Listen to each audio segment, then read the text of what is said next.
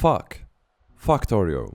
A dead simple game with one simple major goal. It's all about this little guy referred as the engineer, or l'ingénieur, which tells how much of a junior he is. Smart, but not smart enough to operate a spaceship that he crashed into bumfuck nowhere. A planet that is lucky for us, not Mars. It's not red, and it's not piles upon piles of sand. It has water, trees, and ores.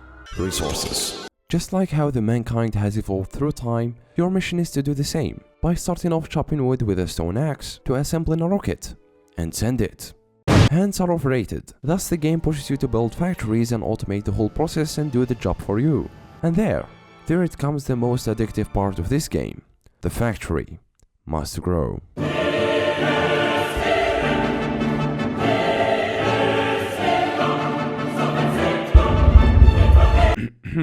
The brain. Some of us possess it, some doesn't. Whenever we indulge in some funny or silly activities, just like practicing Discord moderation, drinking healthy fluids, bangers, careful driving, meth, and video games, this thing releases some chemicals to make you feel good.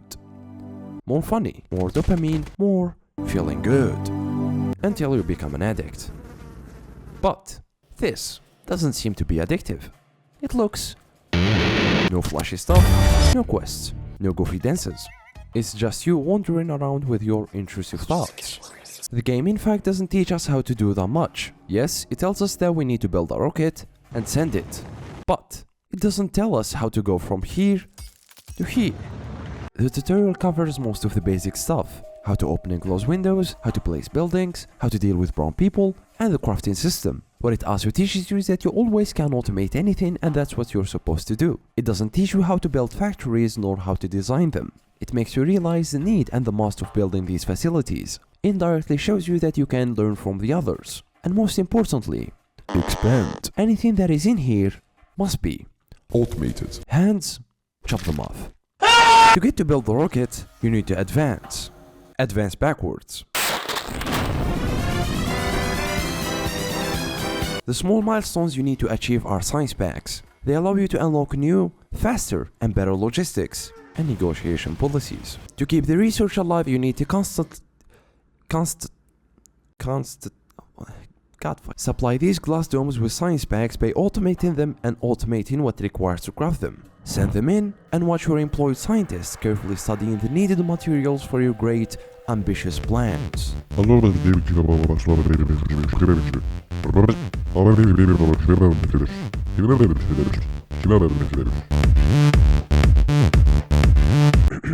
As I said, science research helps you to unlock more stuff in this ginormous progression tree, which tells us how one thing leads and depends on the other. And this also expands to crafting, where each creation feeds into each other. par exemple. Uranium is a useful resource for generating clean energy, and do some trolling. To get it, firstly you need miners and sulfuric acid. To get sulfuric acid, you need to combine water, iron plates, and sulfur. Iron ore can be melted into iron plates. Offshore pumps for water. Using chemical plants, sulfur is obtained by combining water and petroleum gas, which requires you to refine crude oil to get. Thus, you have to find some oil patches by placing many radars. Place oil pump jugs once you realize you are far away from the base. You have to create a train network or uranium to the base using centrifuges. 35 is what we need to You get it. The whole game is a long chain and endless loop of positive feedback that rewards you on how much effort you put in. Design a factory with the power of random and I don't know what the fuck I'm doing, and you get shit. Spend some time making an efficienter design learning Greek and you will be guaranteed with huge bullish profits. Then forget how the fuck the design works 10 minutes later. The game doesn't restrict you to how or when to build these factories. It only offers some essential building blocks, assemblers, inserters, and belts. You, with the 2 brain cells you have, need to come up with designs to keep the factory alive, and that gives you all the freedom you ever wanted. You, with the sense of entrepreneurship, decide what is important, what design to use, and figure out what must be done first. Building the rocket and advancing in science are extrinsic goals the game made clear for you from the beginning.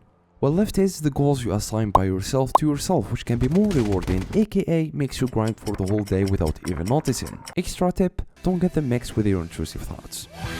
We often become deeply attached to what we create. We all loved our drawings from the 7th grade.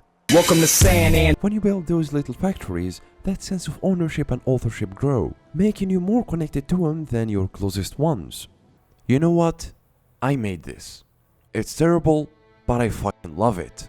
And I'm not letting anyone or anything to... Biters. The natives of this planet are these cockroach-looking creatures. They hate you and your great, innovative, nature-friendly inventions. These boomers lived for a millennium, just wander around but never learn how to swim. They are somewhat peaceful, but get angry once your dense carbonic cloud of pollution reaches their nests, and that's when they start attacking. In act of self-defense and not violating every Geneva Convention, the game provides you with the hood compass for starting. As your pollution cloud gets bigger, biters also get bigger, and bigger, and bigger, and bigger. With American science packs, you can unlock and craft the most advanced weaponry in the modern era, your gateway to unbeatable defense against those pesky, angry environmentalists. Starting of automatic machine guns, shotguns, and the mighty rocket launchers. Armored vehicles, tanks, spittertrons, and chemical weapons for the wokest people around. We even have eco-friendly stock, green sticks that can release 2 quadrillion worth of energy. And for the grand finale, introducing the ultimate firepower, artillery. With artillery, you can take the matter to the little remote between your hands from the comfort of your home. Artillery.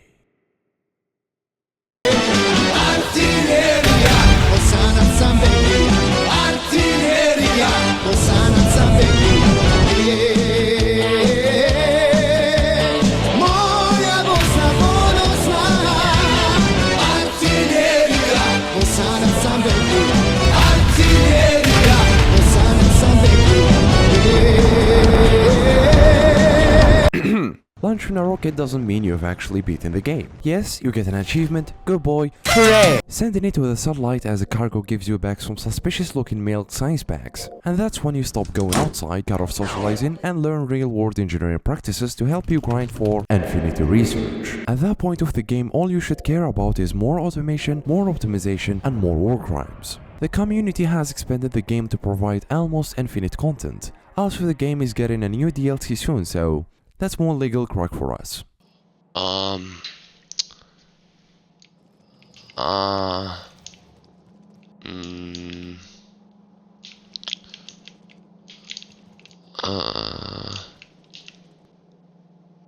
Yeah, the pump jocks. After playing this game for a while now, I've noticed every time I click here, this number significantly increases. I understand this wouldn't be the case for all sorts of people. One of my friends commented and said it looks like a math subject, to which I say, yes it is, I mean, look at that. All those hours, were they a waste? No. I learned many new things, I lost a few friends, and built a healthier addiction. And one more thing I've come to realize, I don't own a copy of Factorio. Factorio owns me.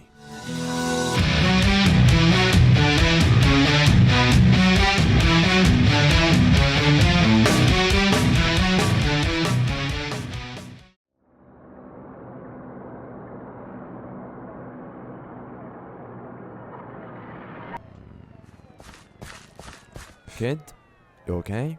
Yeah, it's just my head, I don't know what happened. The city was attacked by some giant lizard. It vanished soon after. Vanished? Yeah, it was there, poof, gone, just like that. Okay, go on. Our area was far from the action.